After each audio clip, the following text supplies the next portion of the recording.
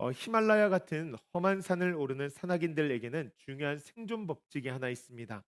그것이 바로 자일 파티라고 하는 것인데 영어로는 러닝 릴레이라고 합니다.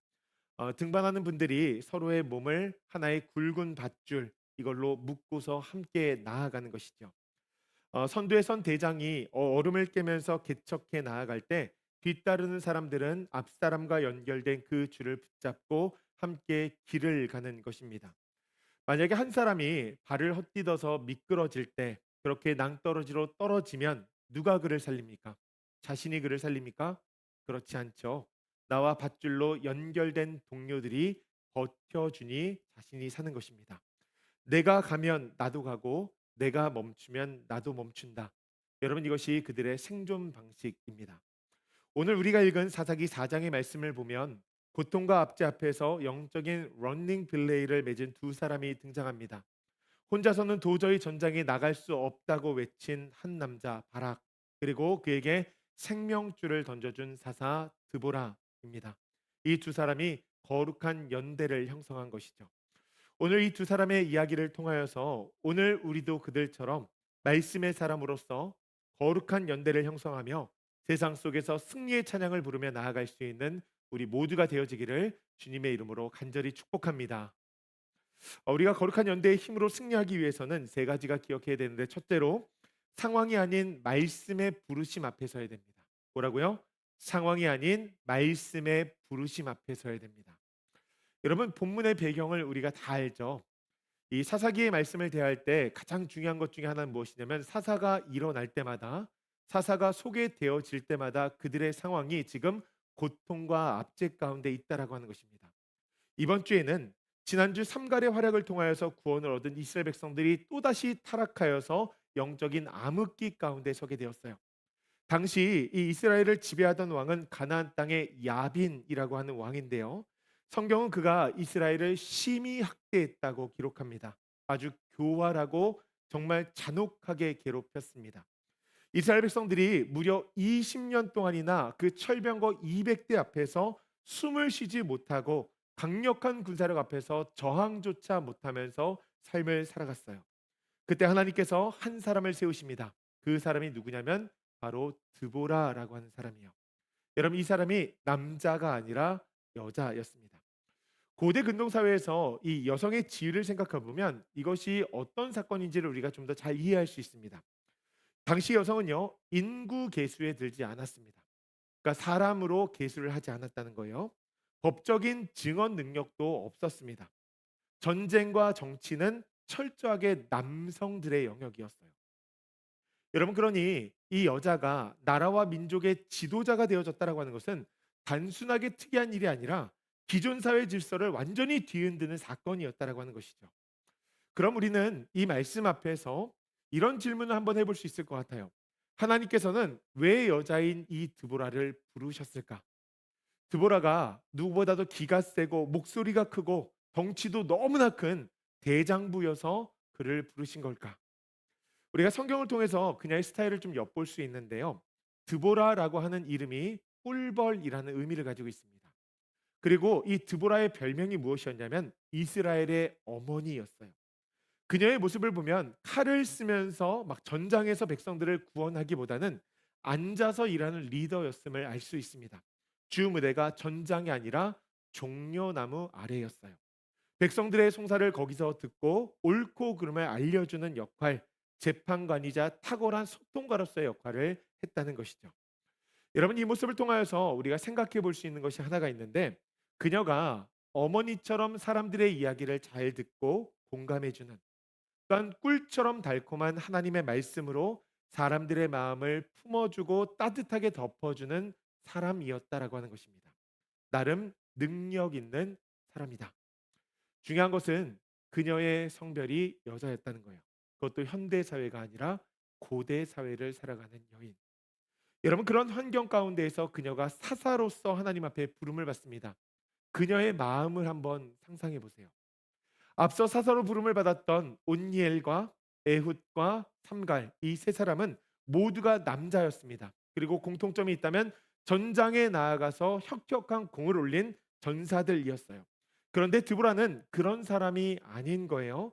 사람들의 잘 이야기를 들어줄 수 있고 뛰어난 지혜를 가졌으나 이스라엘 백성들을 야빈의 통치로부터 구원해 줄 수 있는 사람은 아니라고 하는 것이죠. 그녀는 자신의 한계를, 또한 자신이 살아가고 있는 이 시대적인 상황을 너무나 잘 알고 있었습니다. 그런 그녀가 어떻게 하나님의 부르심 앞에 담대하게, 또한 이 시대적인 편견을 극복하고 백성들 앞에 당당하게 나아갈 수 있었을까요? 여러분, 우리는 이 답을 종려나무라는 장소에서 힌트를 얻을 수 있는데, 그곳은 그녀가 재판을 하던 장소였습니다.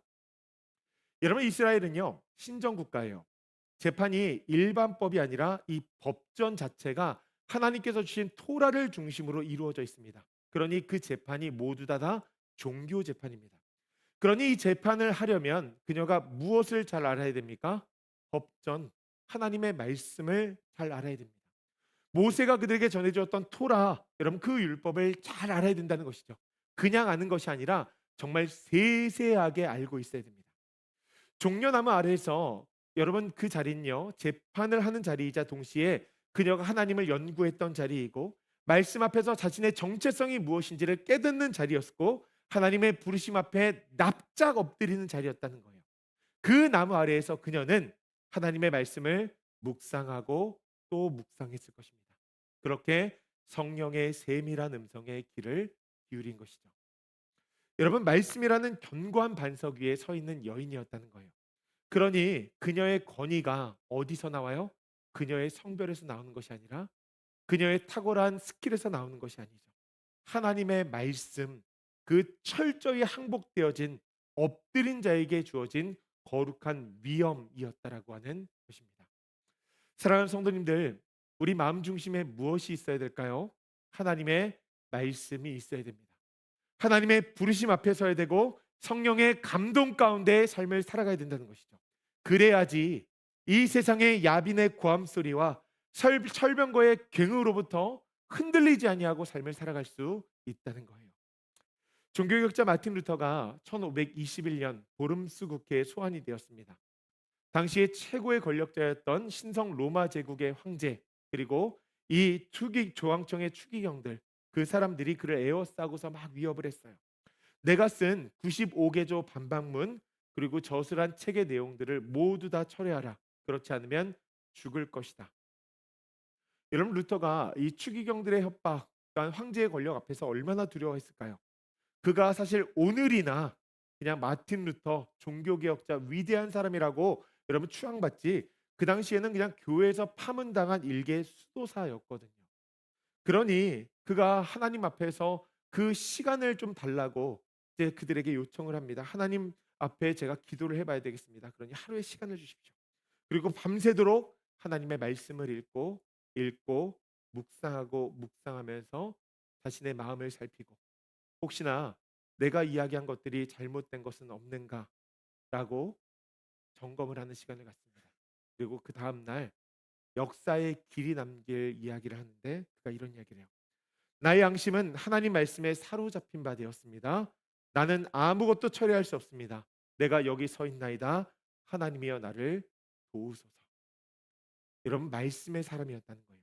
그러니 세상의 권력자인 황제 앞에서, 이 교황 앞에서, 또한 세상의 가장 강력한 위협인 죽음 앞에서 담대하게 설 수 있었던 것이죠. 여러분, 드보라가 그런 권위를 가진 여인이었다는 거예요. 이제 그녀가 이스라엘 백성들을 구원하기 위해서 움직이기 시작합니다. 납달리 게데스에 있는 장군 바락을 호출해요. 여기서 그녀의 권위가 확실하게 드러나는데, 그녀가 바락을 불러놓고 장군님, 제 생각에 지금이 기회인 것 같습니다. 그러니 야빈을 칩시다. 여러분, 이렇게 사사로이 의견을 이야기하지 않습니다. 어떻게 말하는지 6절 말씀에 기록이 되어져 있는데 이렇게 이야기해요. 드보라가 사람을 보내어 아비노함의 아들 발락을 납달리 게데스에 부서 불러다가 그에게 이르되, 이스라엘의 하나님 여호와께서 이같이 명령하지 아니하셨느냐? 너는 납달리 자손과 스불론 자손 10,000명을 거느리고 다볼 산으로 가라. 아멘. 뭐라 그래요? 그에게 이르되, 이스라엘의 하나님 여호와께서 이같이 명령하지 아니하셨느냐? 여러분, 자신의 생각이 아니라 하나님의 명령을 전했다는 거예요. 그러니 남성 중심 사회에서 장군으로서 패기를 가진 그 남자도 이 여성의 권위 앞에서 압도될 수밖에 없는 거예요. 사랑하는 성도님들, 우리 마음 가운데 담아야 될 말씀이 있습니다. 우리가 철저하게 말씀 중심의 사람이 되어야 된다는 거예요. 참된 크리스천은요, 성경을 마음과 중심에 두는 사람입니다. 우리가 교회로 모이고 사역을 하고 누군가와 동역을 하고 리더로 세워질 때, 여러분 가장 먼저 해야 될 것은요, 전략을 짜고서 사람을 모으는 일이 아닙니다. 가장 먼저 해야 될 것은 말씀 앞에 엎드리는 거예요. 하나님의 음성이 들려져야 된다는 것이죠. 왜 그렇습니까? 우리의 삶도 하나님의 말씀으로 운행되어져야 되고, 하나님의 교회도 말씀의 통치로 이루어져야 되기 때문이에요. 여러분, 이 본문에 드보라와 바락이 동역을 합니다. 여러분, 참된 동역은요, 세상 가운데에서는 그냥 사람이 마음이 맞으면, 비전이 맞으면 그럴 수 있어요. 여러분, 그러나 교회에서는 그렇지 않습니다. 또한 하나님의 사람들은 그렇지 않아요. 하나님의 사람들은요, 하나님의 말씀이라는 공통된 기초 위에 서야 되거든요. 여러분, 마음이 서로에게 배려가 되어지면서 모여지는 것이 아니라, 마음이 성경으로 모여져서 이 말씀 위에 서야 되어야 된다는 거예요. 여러분, 성령에 감동된 사람은 분석하는 사람이 아닙니다. 상황을 분석하는 사람이 아니에요. 루터처럼 드보라처럼 말씀 위에 서는 사람, 들려오는 말씀을 신뢰하고 그 말씀에 반응하면서 말씀의 권위를 장착하는 사람. 여러분, 우리가 그런 사람이 되는 거예요. 여러분, 혹시 여러분들의 삶은 지금 무엇 위에 서 있습니까? 세상에 흔들리는 능력과 힘, 여러분 그런 것들을 추구하면서 여러분들의 삶을 세워가고 있습니까? 아니면 썩어질 쾌락과 행복, 그것을 추구하며 여러분들의 삶을 세워갑니까? 사랑하는 성도님들, 간곡히 부탁드립니다. 매일 성경을 읽고 묵상하면서 그 말씀을 마음에 새길 수 있는, 영원히 변치 않는 그 말씀 위에 서서 거룩을 사모하며 나아갈 수 있는 주의 백성들 되어지기를 주님의 이름으로 간절히 축복합니다. 둘째로, 거룩한 연대로 우리가 승리하기 위해서는 서로의 연약함을 안아주어야 됩니다. 서로의 연약함을 안아주어야 돼요. 여러분, 드보라가 하나님의 명령을 전했어요. 납달리 자손과 스불론 자손 10,000명을 데리고 다볼산으로 가라. 여러분, 이 음성을 들은 바락이 어떻게 됩니까? 네, 알겠습니다. 명령을 받듭니다. 그리고 가야 될 것 같아요. 그런데 바락이 우물쭈물하고 있습니다. 이상해요. 그리고 나서 바락이 드보라에게 이런 이야기를 합니다. 8절 말씀인데, 바락이 그에게 이르되 만일 당신이 나와 함께 가면 내가 가려니와 만일 당신이 나와 함께 가지 아니하면 나도 가지 아니하겠노라 하니. 아멘. 아마 이 말씀 보면서 이런 생각하는 분들 계실 거예요. 야, 장군인데 여자 앞에서 체면 안 쓴다. 또 이런 분들도 계실 거예요. 그치, 신앙생활은 조건부 순종이지. 나랑 비슷하네. 의지해야 될 대상은 눈에 보이지 않는 하나님이 아니라 눈에 보이는 사람이지. 눈에 보이는 돈이지. 내 자신이지. 여러분, 바락이요, 하나님을 믿긴 믿었지만 하나님을 전심으로 바라보고 신뢰하지는 못했던 것 같습니다. 여러분, 사실 이것이 우리 안에 있는 우상 숭배의 본질이죠. 눈에 보이는 안전장치를 자꾸 하나님보다 더 신뢰하며 삶을 살아가는 것입니다. 여러분, 사실 바락의 현실을 보면 그럴 만하죠. 단순하게 장군이 왜 이렇게 패기가 없냐, 믿음이 없냐, 여러분 사실 그렇게 이야기할 수가 없어요. 지금 그들이 몇 년째 압제 가운데 있습니까? 20년째. 20년째 야빈의 압제 가운데 있어요. 여러분, 그동안 그들의 삶으로 체득되어진 것이 있는데, 그것이 무엇이냐면 패배 의식입니다. 그들은 강하다, 우리는 약하다. 우리는 그들의 지배를 받아야 된다. 어쩔 수 없이 고통스럽다. 이 땅 가운데서 이렇게 살다 그냥 가야 된다. 여러분, 이것이 그들이 가진 패배주의적인 생각이었습니다. 실제로 야빈의 나라는 철병거 900대를 가지고 있었는데, 오늘에 비유하면 이것이 탱크 900대와 맞먹는 전력이라고 합니다. 그에 비해서 이스라엘 백성들은 철제 무기 하나도 안 가지고 있었어요. 지난주에 뭐 이야기했죠? 소모는 막대기. 그거 하나 가지고 지금 나가서 싸운. 그러니 여러분, 압도적인 전력 차이죠. 여러분, 그들을 대적한다는 것은요, 계란으로 바위를 치는 것과 같았습니다. 여러분, 바락의 마음에 두려움이 임한 거예요. 여러분, 이 두려움이 임하면 어떤 작용이 우리 마음 가운데서 일어나는지 아십니까? 영혼이 얼어버립니다. 영혼이 마비가 되어져요. 사람이 큰 공포를 느끼면 손가락 하나 까딱할 수 없듯이, 여러분 몸을 움직일 수 없듯이 그렇게 영혼이 굳어버린다는 거예요. 하나님을 믿고 싶은데, 순종하고 싶은데, 여러분 두려움이라고 하는 것이 내 발목을 꽉 잡고서 한 걸음도 떼지 못하도록 한다는 거예요. 그래서 예수님께서 우리에게 뭐라고 말씀하시죠? 염려하지 마라, 걱정하지 마라, 두려워하지 마라. 여러분, 주님께서 이 말씀을 성경에 계속 기록해 놓으십니다. 왜 그럴까요? 그냥 심리적으로 어차피 살아가는 거 너희들 마음 편하게 살아라, 여러분, 그런 의미일까요? 그렇지 않습니다. 염려와 근심과 걱정이 우리의 영혼을 마비시키기 때문이에요. 여러분, 두려움에 사로잡히면 하나님의 말씀이 들리지 않습니다. 들린다고 해도 순종이 잘 되지 않아요. 여러분, 두려움에 사로잡히면, 영혼이 마비되어지면 기도가 나오지 않아요. 기도가 나온다 해도 여러분, 기도 가운데 마음에 확신이 서지 않습니다. 영적인 식물인간 상태가 되어지는 것이죠. 여러분, 바락이 지금 그 어딘가에 있는 거예요. 우리가 이것을 늘 점검해야 됩니다. 내 영혼이 어디에 있는가. 감사하게도 바락은요, 자신의 상태를 좀 잘 알았던 것 같아요. 그리고 그 자리에 머물지 않기로 결단합니다. 말씀을 들을 때 성령의 감동이 있었고 그 의지가 살아난 것이죠. 내 힘으로는 불가능하구나. 나는 저 철봉과 앞에 설 수 없다. 그러니 내가 어떻게 해야 될까? 여러분, 내 믿음이 작동하지 않는 그 시간, 그가 절박하게 외칩니다. 뭐라고 외쳐요? 드보라여, 나와 함께 합시다. 당신 말씀의 사람 아닙니까? 나에게 하나님 말씀 전해준 사람이니까 하나님의 영에 감동되어진 당신이 나와 함께 간다고만 하면 내가 일어나서 갈 수 있을 것입니다. 그러니 갑시다. 여러분, 이 말씀은 무엇이냐면 살려달라고 하는 구조 요청이에요. 내 영혼이 마비가 되어졌으니까 나를 좀 도와주세요. 또한 거룩한 연대를 요청하는 거예요. 우리 함께 그 하나님의 말씀 가운데로 나아갑시다. 여러분, 그 요청을 들은 드보라가 어떻게 합니까? 우리 권사님들 같으면 어떻게 하시겠어요? 우리 권사님들 남편을 향하여서, 아유, 무슨 남자가 우리 그렇게 겁이 많냐고, 그냥 하면 되지, 왜 그렇게 믿음이 없냐고 그러시는 분들 한 분도 없는 줄로 믿습니다. 한 분도 없는 줄로 믿어요. 여러분, 드보라가 바락에게 면박 주지 않습니다. 바락이 믿음이 없어서가 아니라 그의 어깨에 짐이 짓눌려 있다는 것을 안 거예요. 그리고 드보라는 바락에게 어떻게 합니까? 기꺼이 그가 길을 걸어갈 수 있도록 그의 지팡이가 되어주기로 하는 거예요. 여러분, 9절 말씀 보세요.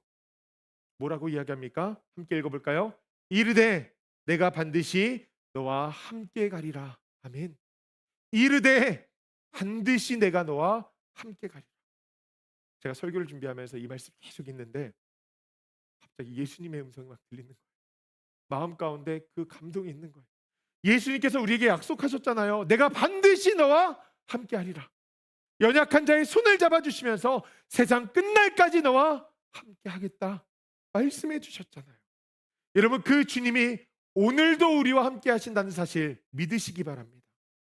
여러분, 그래서 하늘로 승천하시면서까지 우리를 고아와 같이 버려두지 않으시고 성령님을 보내주신 거예요. 교회 공동체를 주셔서 내 옆에 믿음의 지체를 두시고 기도의 동역자를 주신 거예요. 그들이 내 손을 잡고 우리가 두려움 가운데에서 일어나 함께 갈 수 있도록.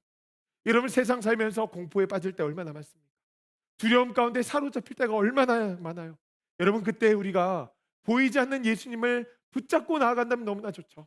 그러지 못할 때 여러분, 누가 힘이 되어져요? 성령의 감동받은 사람들. 그가 와서 손잡아주고 일으켜 주었을 때 우리가 함께 나아갈 수 있는 거예요. 여러분, 그렇게 승리하며 나아갈 수 있도록 하나님께서 동역자들을 붙여주셨다는 것입니다. 사랑하는 성도님들, 우리가 그 손 잡고 일어날 수 있는 우리가 되어지기를 간절히 소원합니다. 그 손을 내밀 수 있는 주의 백성들 되어지기를 간절히 소원해요. 여러분, 하나님께서 그렇게 손을 잡아달라고 요청하시는 그 사람, 여러분, 그 사람이 어떤 사람입니까? 우리가 보기에는 되게 믿음이 부족한 사람인 것 같죠. 근데 하나님께서 그 사람을 어떻게 인정해 주시냐면 히브리서 11장 말씀에 보니까 여기 바락이라고 하는 이름이 나옵니다. 11장 32절 말씀인데요. 내가 무슨 말을 더하리요? 기드온, 바락, 삼손, 입다, 다윗 및 사무엘과 선지자들의 일을 말하려면 내게 시간이 부족하리로다. 아멘. 그럼 누구 이름 있어요? 바락 이름 있어요. 바락 이름. 여러분, 겁쟁이였던 바락, 그 이름이 있다는 것도 신기한데, 여러분, 근데 사실 이 포스터 같은 데 보면 이렇게 급이 맞는 사람들이 이렇게 비슷하게 나오잖아요. 옆에 있는 사람들 이름 보니까 더 신기해요. 기드온과 바락과 삼손과 입다와 그 뒤에 다윗과 사무엘. 여러분 한 줄에 같이 이렇게 딱 바라기 급이 아닌 것 같은데 하나님께서 인정해 주신 거예요. 위대한 사람으로 인정해 주신 거예요. 여러분 두려움에 떨고 정말 너무나 무서워서 비록 누군가의 손을 의지해서 삶을 살아가는 그 사람, 그 손을 붙잡고 나아가는 사람들, 하나님께서 뭐라고 하세요? 너 믿음 있는 사람이구나. 너 진짜 위대한 사람이다 라고 인정해 주신다라고 하는 것입니다. 하나님께서 나와 여러분들을 인정해 주신다는 거예요. 여러분 그 말씀으로 나아가기를 소원해요. 여러분 동역은요 완벽한 사람들이 모여서 하는 것이 아닙니다. 서로의 부족함을 가진 사람들이 서로의 연약함을 바라보면서 나의 믿음으로 덮어주는 거예요. 여러분 드보라 바락이 이렇게 영적인 자일 파티 이것을 맺고서 움직이자 어떤 일이 일어납니까? 10절 말씀 보니까 이렇게 기록이 되어져 있어요. 우리 한번 같이 읽어볼까요? 10절 말씀 함께 읽습니다. 스불론과 납달리를 게데스로 부르니 만 명이 그를 따라 올라가고 드보라도 그와 함께 올라가니라. 아멘. 제가 말씀을 쭉 묵상하는데요. 그 다음 PPT 좀 넘겨주시겠어요? 이 만 명이라는 단어 앞에 뭐가 들어가 있는 것 같아요. 히브리 성경에는 아무것도 없는데 무엇인가 생각해 봤을 때 이 앞에 뭐가 들어가 있는 것 같아요. 좀 서술형이 뭔가 들어가야지 이 말씀이 좀 더 많이 와닿을 것 같아요. 제가 와서 보니까 뭐예요? 억눌린 만 명, 우울한 만 명, 고통스러운 만 명. 여러분 바락이 스불론과 납달리에서 게데스로 부르니 그 20년 동안 야빈의 압제 가운데서 고통당하고 억눌리고 마음이 상하고 부르짖던 그 사람들이 만 명이 그를 따라 올라간 거예요. 여러분 하나님의 말씀이 선포되어지자 리더들이 말씀에 반응하고 나니까 패배의식 가운데 찌들어 있던 그 사람들, 무서워서 숨어있던 그 만 명이 나와서 용기를 얻었다는 거예요. 공동체가 살아나기 시작했다는 거예요. 사랑하는 성도님들, 이 역사가 우리 교회 가운데 있기를 간절히 축복합니다. 여러분들의 가정 가운데 일어나기를 간절히 축복합니다. 여러분들의 사업장 가운데 여러분 일어나기를 축복해요. 저는 우리 교회가 이런 교회가 되어지기를 간절히 소원합니다. 바락과 같이 연약한 사람들, 나 너무 무서운데 좀 같이 가주면 안 돼요? 그렇게 요청하는 사람들 손잡아 줄 수 있는 드보라가 있는 교회. 예수님께서 우리의 손을 붙잡아 주셨듯이 정말 아무런 조건 없이 힘들다고 하면 붙잡아 줄 수 있는 사람. 여러분 그렇게 우리가 거룩한 연대를 만들어서 세상의 영적으로 마비되어진 그 태신자들, 그 사람들을 다시 걷게 할 수 있는 교회. 여러분 놀라운 역사가 우리 교회 가운데 일어나기를 간절히 소원합니다. 여러분 믿음으로 선포해야 돼요. 하나님 그런 교회가 될 줄 믿습니다. 여러분 그것을 위해서 간절히 기도하기를 소원해요. 그것을 위해서 함께 마음을 모으기를 간절히 소원해요. 여러분 그 모습을 하나님께서 기뻐하실 것입니다. 마지막으로 거룩한 연대로서 우리가 승리하기 위해서는요, 이 결과를 하나님 앞에 맡겨야 합니다. 결전의 날이 밝았어요. 다볼산에 다 올라갑니다. 시스라의 이 철병거 900대가 기송간 골짜기에 딱 서 있어요. 아마 그동안 여러분 오면서 땅이 울렸을 거예요. 900대가 막 오면서 여러분 땅이 울렸을 거예요. 이스라엘의 군대는 1만 명, 산 위에 소모는 막대기 하나씩 짚고서 쟁기 잡고 집에 그 청소하는 막대기 하나씩 붙잡고 모인 거예요. 아마 사람들이 거기서 그런 얘기했을 거예요. 야, 우리 이제 나가면 다 죽는 거 아니냐? 이거 어떡하냐? 호루라기 불면 나가야 되냐 말아야 되냐? 아마 사람들이 그러고 있었을 거예요. 여러분 사실 거기까지 간 것만 해도 대단한 일 아닙니까? 철병거 막 900대 막 올려오는데 여러분 소모는 막대기 하나 가지고 나간 거 여러분 엄청난 용기예요. 거기까지만 해도 하나님께서 진짜 너 순종의 사람이다. 하나님 말씀하실 거예요. 그런데 하나님의 계획은 거기까지가 아니었어요. 드보라가 바락을 향하여서 뭐라고 외칩니까? 14절 말씀에 이렇게 이야기해요. 드보라가 바락에게 이르되 일어나라! 일어나라. 이는 여호와께서 시스라를 내 손에 넘겨주신 날이니라. 여호와께서 너의 앞서 나가지 아니하시느냐 하신지라. 이에 바락이 만 명을 거느리고 다볼산에서 내려가니. 아멘. 일어나라. 여호와께서 너보다 앞서 나가지 아니하시느냐. 여러분 하나님께서는요 늘 우리보다 앞서 계시다는 사실 믿으시기 바랍니다. 여러분 성경에 여기 밑줄 그으세요. 여호와께서 너보다 앞서가지 않으시느냐. 여러분 우리의 가정 가운데에도 문제가 있다면 하나님께서는 그 문제에 나보다 앞서가 계실 것입니다. 사업장에도 마찬가지예요. 여러분 우리가 삶 가운데에서 정말 스트러글하는 모든 것들 여러분 거기보다 앞서가실 것입니다. 제가 이번 주에 간절히 기도했던 것, 하나님 우리 교회 장소에 하나님께서 이미 앞서가 계신 줄 믿습니다. 여러분 하나님께서 앞서가 계시다는 거예요. 여러분 그러니 우리는 그냥 쫓아가면 돼요. 그리고 하나님께서 어떤 일을 행하십니까? 15절 말씀에 보니까 이렇게 기록이 되어져 있어요. 우리 한번 같이 읽어볼까요? 믿음으로 선포합니다. 여호와께서 바락 앞에서 시스라와 그의 모든 병거와 그의 온 군대를 칼날로 혼란에 빠지게 하심에 시스라가 병거에서 내려 걸어서 도망한지라. 아멘. 여러분 여기 주어 누구예요? 여호와 하나님. 누가 일을 했어요? 하나님께서 일을 하셨어요. 고고학적으로 보니까 뭐 여기에 갑자기 막 폭우가 쏟아졌다 뭐 이런 얘기를 하는데 사실 우리는 몇천 년 전의 역사를 정확히 알 수 없죠. 그러나 우리가 알 수 있는 것 딱 하나 무엇이냐면 이날 이스라엘 백성들이 20년간 압제 가운데 있다가 풀려나 자유함을 얻었다는 거예요. 승리했다는 것입니다. 여러분 이 말씀 보면은 굉장히 많은 사람들이 이런 생각을 합니다. 그치, 역시 신앙생활은 순종이야. 그래도 한번 해봐야 돼. 순종하면은 승리를 하나님께서 주셔. 여러분 승리가 무엇인가 순종이 무엇인가 승리의 공식인 것처럼 이야기할 때가 많아요. 여러분 진짜 그렇습니까? 여러분 사실요 우리의 순종은 승리를 만들어내는 원인이 아니에요. 승리는 하나님의 주권 가운데 있습니다. 그냥 하나님께서 행하시는 일이에요. 그럼 아마 좀 허탈한 마음으로 이런 질문할 수 있을 것 같아요. 그러면 우리의 승리는 우리의 순종은 뭔가요? 도대체 우리의 순종은 뭔가요? 여러분 우리의 순종은요 하나님께서 이미 만들어 놓으신 승리의 현장에 나아가는 입장권입니다. 그 티켓이란. 하나님께서 다 차려놓은 밥상에 숟가락 얹으라고 부르신 거예요. 여러분 그 영광 함께 누리자 말씀하시는 거예요. 여러분 이 말씀이 무엇이냐면 예수 그리스도의 십자가 아닙니까? 하나님께서 2000년 전에 우리의 죄를 다 승리로 만들어 놓으셨어요. 여러분 그래서 우리가 십자가를 바라보며 나아갈 때 하나님의 능력을 얻고 보혈의 능력을 통하여서 이 땅을 삶을 살아가는 것 아닙니까? 하나님께서 우리에게 뭘 요청하세요? 믿음만 가지고 와라. 믿음만 가지고 와라. 여러분 다른 거 요청하세요. 믿음만 가지고 와라. 사랑하는 성도님들, 우리가 믿음으로, 그러니까 순종으로 승리의 현장에 들어설 수 있는 주의 백성들 되어지기를 간절히 소원합니다. 끝까지 순종하는 사람, 여러분 하나님께서 승리하시는 그 결과를 보게 될 거예요. 그 역사를 바라보기를 소원합니다. 말씀을 마무리합니다. 제가 과거에 한 교회에서 사역할 때 우울증을 심하게 앓고 있던 한 청년이 있었어요. 증상이 너무 심해서 약 먹어도 효과가 없는 것 같고 약도 잘 안 먹고 급기야는 몇 번이나 자살 시도를 하고 참 난리가 아니었습니다. 그 친구가 참 마음에 와닿았어요. 사회적으로 성공한 부모 아래에서 정말 그 부유함이 제공하는 환경, 그리고 저 친구가 참 명석했는데 어쩌다 저렇게 되었는가. 도움을 주고 싶은데 제가 해줄 수 있는 게 없더라고요.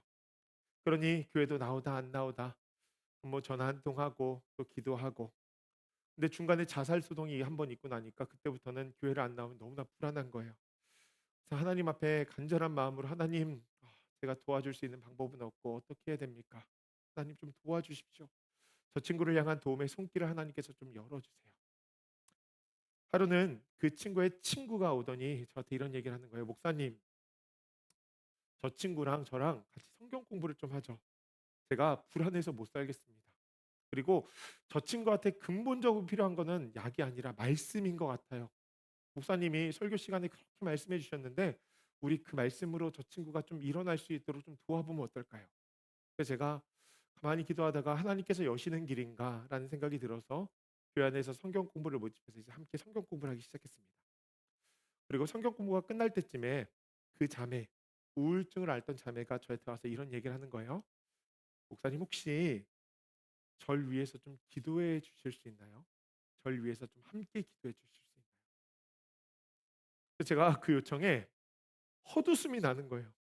야, 내가 널 위해서 지금 얼마나 간절하게 기도하고 있는데 내 새벽에 반은 네 기도야. 진짜 그렇게 얘기해 주고 싶었는데 말을 이어가야 되니까 목사님이 기도하지. 무엇을 위해서 기도해 줄까? 그랬더니 이 요청이요.